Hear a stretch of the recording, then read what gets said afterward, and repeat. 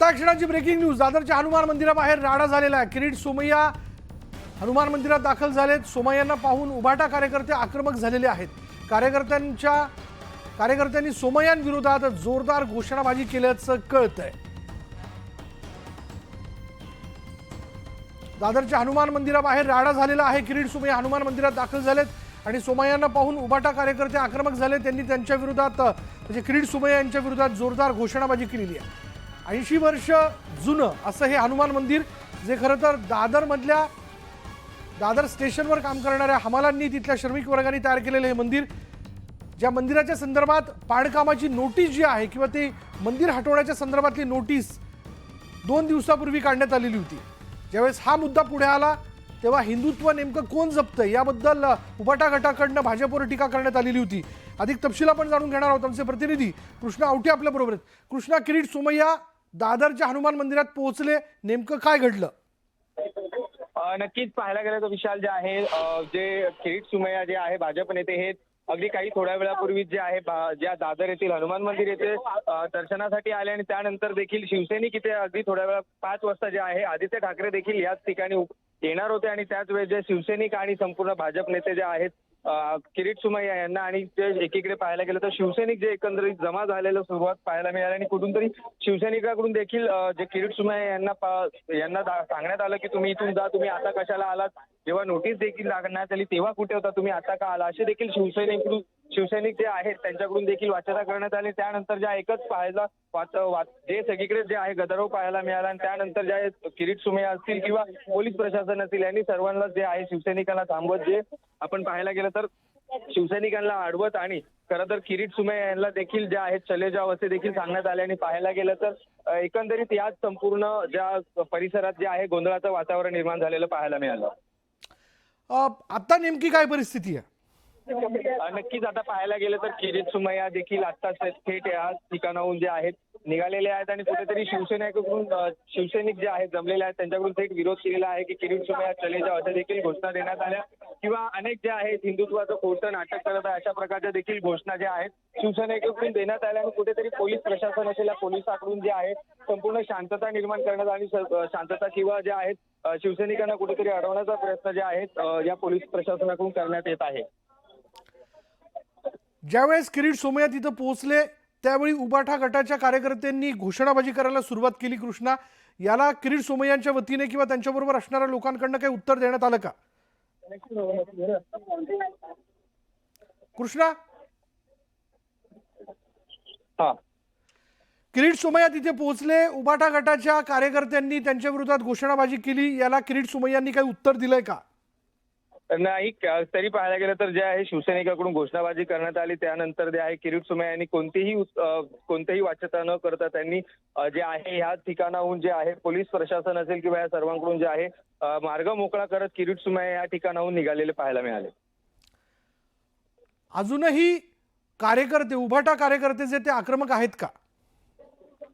सध्या पाहायला गेलं तर जे कार्यकर्ते जे आहेत सध्या आक्रमक भूमिकेत जे आहे आता पाहायला मिळत आहे, कारण त्यांचं देखील म्हणणं आहे की नोटीस पाठवल्यानंतर जे आहे आता येण्याची का गरज आहे आणि कुठेतरी जे आहे कार्यकर्ते आक्रमक झाले, परंतु पोलीस प्रशासन असेल आणि इतर सगळ्या अधिकाऱ्यांकडून जे आहे शिवसैनिकांना जे आहे शांत करण्यात आलेलं आहे।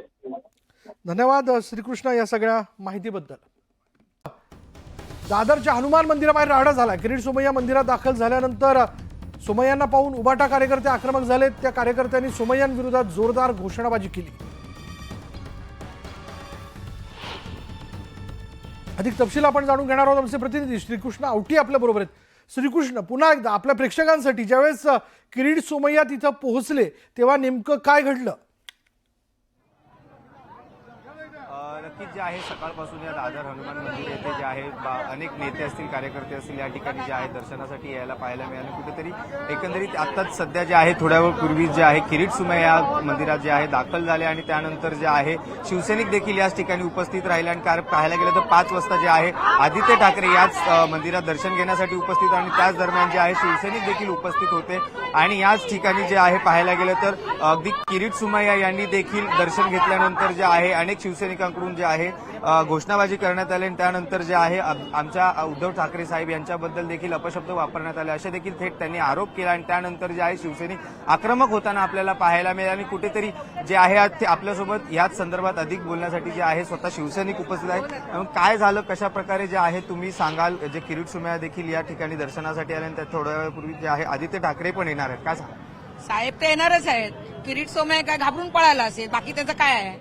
तो दर्शन घ्यायला थोडी आलेला आहे, सगळं तोडायला आलाय तो, दुसरं काय करायला नाही आलाय तो. पण आम्ही आमचं मंदिर, आमचे साहेब आमचे मंदिर वाचवलं.